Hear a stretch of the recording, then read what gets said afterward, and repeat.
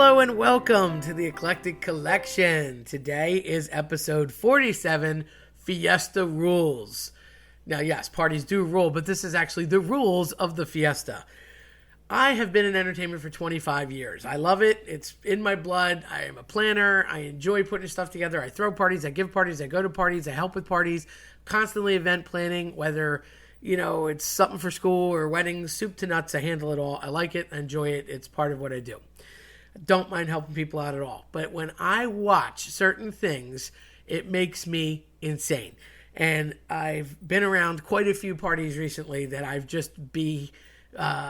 beside myself because I am not knowing how to control my anger and stress at some of the behavior that I've seen. I went on a rant a few episodes ago about people not offering a +1 to guests, and that's more on the social side, and this is kind of borderline manners and then just courtesy on, I'll say, more like the food drink side.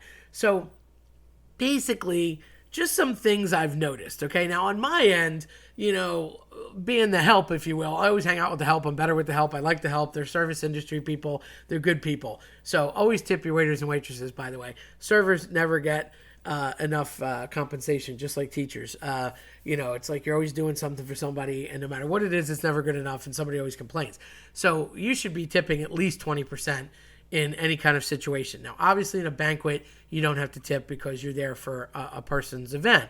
However, for me, if my staff's going out and their top button's not buttoned, or if we're doing for some random chance like white glove and their gloves are dirty, or we're in a tuxedo and their studs and cuffs aren't good, I'm going to pull them aside and say, tuck your shirt in, get your act together, and then go outside. Because that's what you should do. You were paying for that look, that service. That's somebody's event. So I get crazy when people aren't together, but honestly, it's usually not the staff or the facility. Now, I've worked in some janky places, believe me, where we've had electrical issues, or somebody put too much on a line and the coffee pot made the electric blow, and stuff like that happens. And sometimes it's just overloaded circuits, or you might have a lightning storm or something crazy. But generally speaking, the facilities aren't usually the problem. It's the people that can make the issue. But again, the help's not usually the problem. We try to do the best we can with what we got. It's sometimes the people that are just totally disrespectful. So you have family X, we'll say, and they're going to have an event for whomever. Generally speaking, there's either a couple or a person or a reason to have that event. So generally, it's that person of honor, that guest of honor, or that couple if it's an anniversary party, or if it's a group of people like a team. I get it. Fine. They're the reason that all the guests are there. So, party foul number one, we'll say, although I don't really have a list written out per se, but these are things I've noticed. If you're going to go up and that beginning piece, say pre-surprise party, or prior to the entrance of anything unexpected on the part of the guests of honor, generally there's an open bar situation, or if it's kids, it's a soda bar or whatever, and there's refreshments available, and typically an appetizer of sorts or some sort of hors d'oeuvres, and they are welcome and encouraged to eat. But the actual food product of whatever dinner may be, and it could be different, it might be a heavy hors d'oeuvre situation, in which case there is no dinner, that's fine too.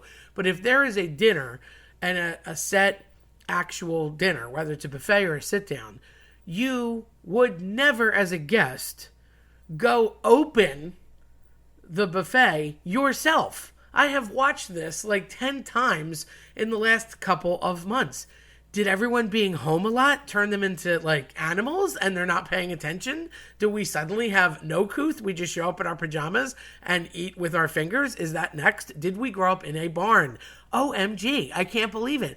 I watched people like scavengers rip ravenously, I might add, the tinfoil or the tops off of covered food on the sterno line that was not intended to be served for in excess of an hour many times in the last couple of months.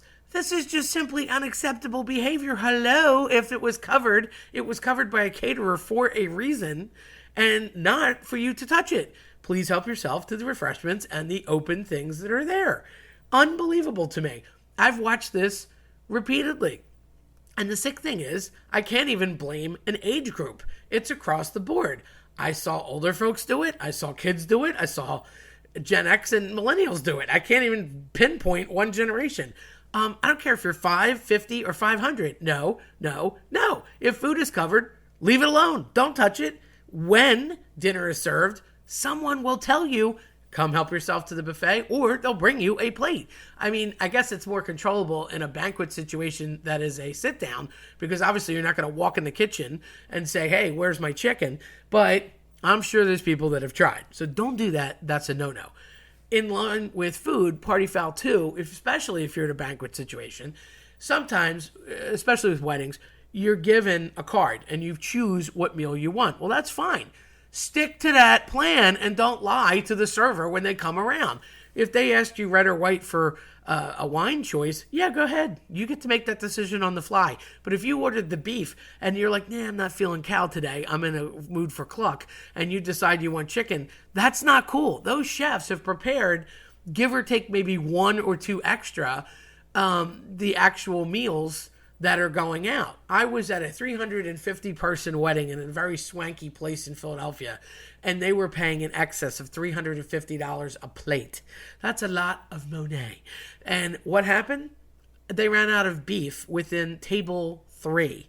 That's embarrassing.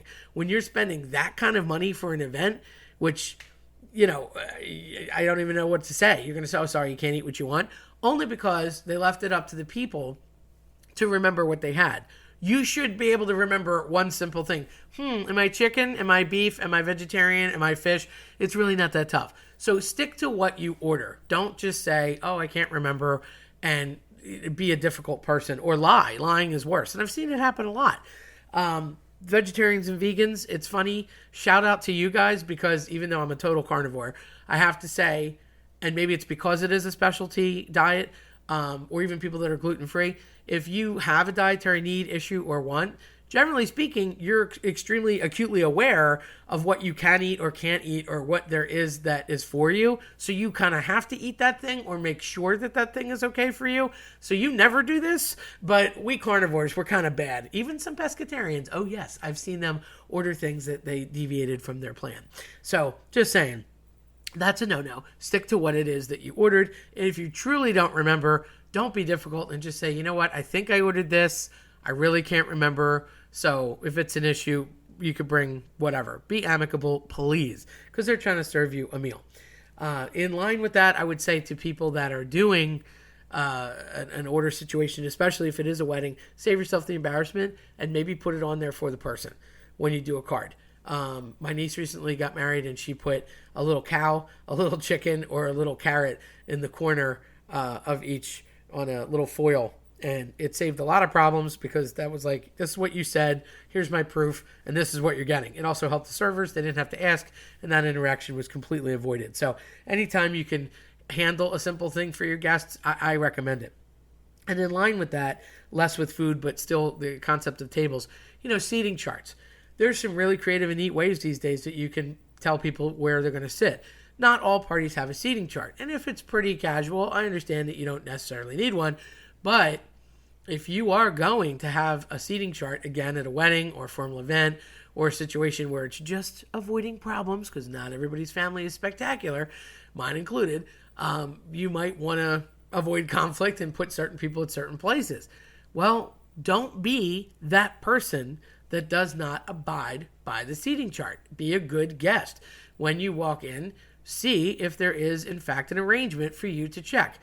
I understand that most typical parties, especially at a house or something, there wouldn't be. But if you're walking into any facility, hall, banquet, etc., chances are you could be put in a certain table for a reason.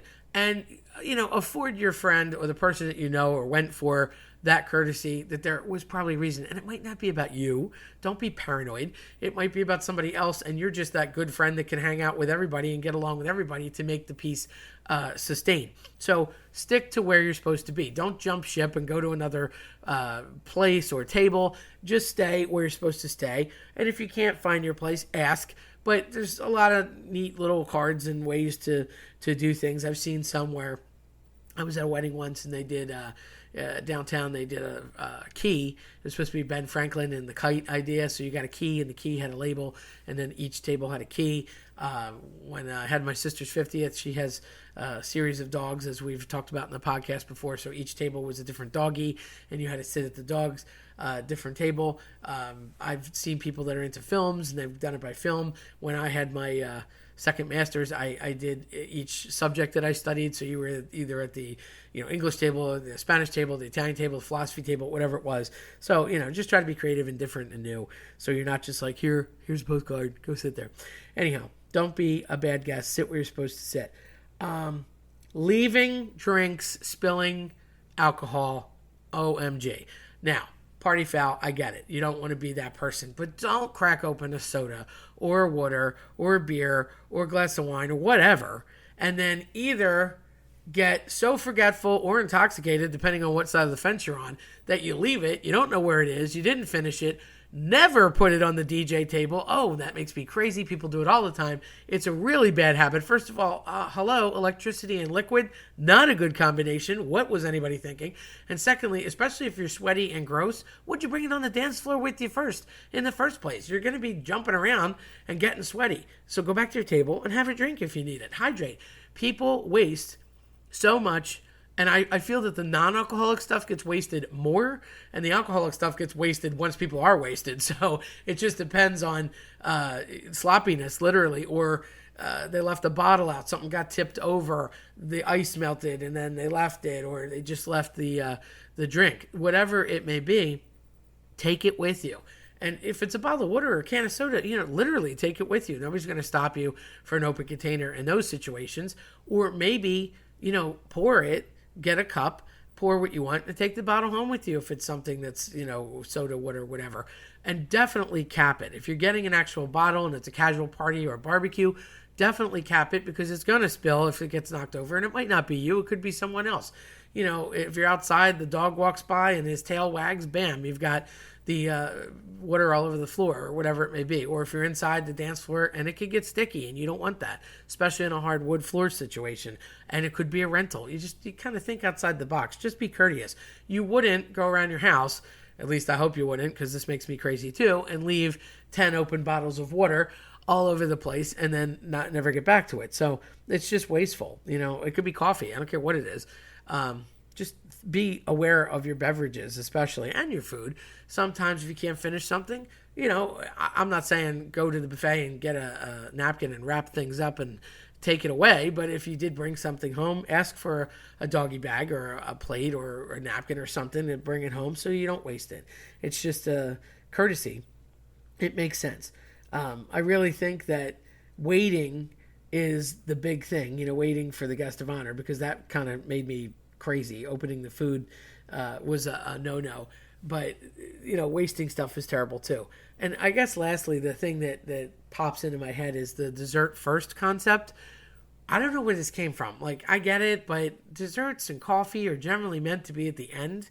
And I've seen people be brazen enough to cut someone else's cake.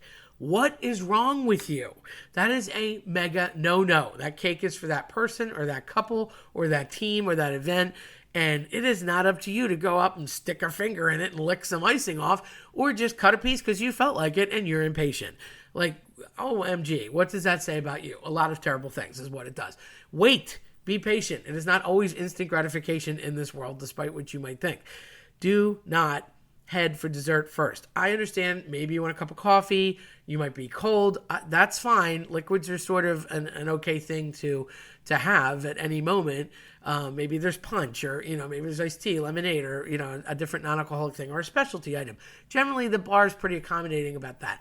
But typically if there's a dessert table, also typically covered, you don't want to go pop off the cover and be like, oh, well, I want to get to these before everybody else does because I really like cannolis. That's always my problem. I can never keep a cannoli around to save my life. I had dozens and dozens of cannolis at a recent party.